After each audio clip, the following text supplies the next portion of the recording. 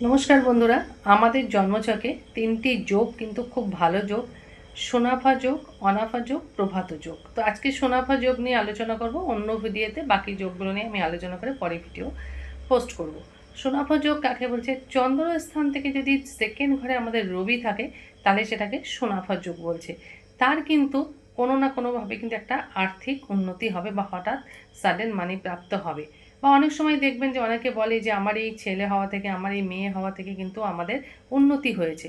তাহলে অবশ্যই কিন্তু সেই সন্তান যদি জন্মায়, সেই সন্তানেরও যদি সুনাফা যোগ থাকে, সেক্ষেত্রেও কিন্তু পিতার উন্নতি হয়। যদি কন্যা সন্তান হয়, সে তার যদি বিয়ে হয়ে যায়, তার শ্বশুরবাড়িতে গিয়েও কিন্তু দেখা যায় বিয়ের পরে বলে আমার উন্নতির যোগ হয়েছে, বা এই বউ ঘরে আসার পর থেকে আমার উন্নতি হয়েছে। সেক্ষেত্রেও কিন্তু যদি তার সুনাফা যোগ থাকে, তার বিয়ের পরেও কিন্তু এই আর্থিক উন্নতি হয়। ভিডিওটা ভালো লাগলে অবশ্যই লাইক করবে, শেয়ার করবে। ধন্যবাদ।